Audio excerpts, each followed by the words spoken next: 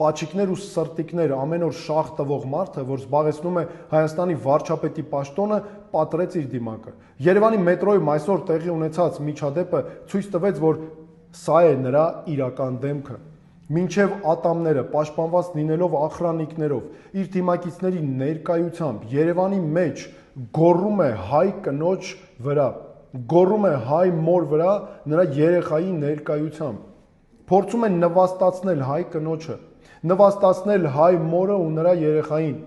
հետո էլ ասում են տղամարդկություն, այսինքն ուր է այստեղ տղամարդկություն, որ գնում է Ալիևի մոտ, ժպտում է, սուրճ է առաջարկում, սուրճ է հյուրասիրում, կուրկուրի ձակ է դառնում, Ալիևի 10 օբշիկն է դառնում, շատ լավ պատվով էլ կատարում է այդ դերը, հետո հետ է գալիս երկիր, ներսում առյուծ է կտրում։ Փոխանակ պայքարի Ալիևի տարածած ատելության դեմ ավելի մեծ ջանքով է տարածում այդ ատելությունը։ Այս միջադեպը եւս մեկ անգամ ցույց է տալիս, որ այդ սրտիկներն ու պաչիկները հորինվել են հանուն պաշտոնի, որ դրանք կեղծիք են, որ դրանք արվել են օգուտ ստանալու համար։ Ճիշտ են ասում, որ բնավորությունն է որոշում ճակատագիրը, որ այս արտաքին խաբեությունները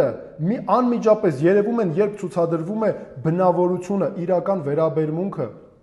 Ես դրա համար եմ ասում, որ մեզ պետք է միավորում։ Ես որպես երկրի ղեկավար թույլ չեմ տալու երբեք, որ նման մարդիկ խաղան մեր վերքերի վրա։ Մենք պետք է միավորված բուժենք մեր վերքերը։ Ես որպես ղեկավար երբեք չեմ տարածելու ատելություն։ Միշտ լինելու եմ հարգող մեր քաղաքացիների յուրաքանչյուրի կարծիքը ու մոտեցումը, այնտեղ որտեղ բաժանում են, ես միավորելու եմ, այնտեղ որտեղ պառակտում են, ես միավորելու եմ։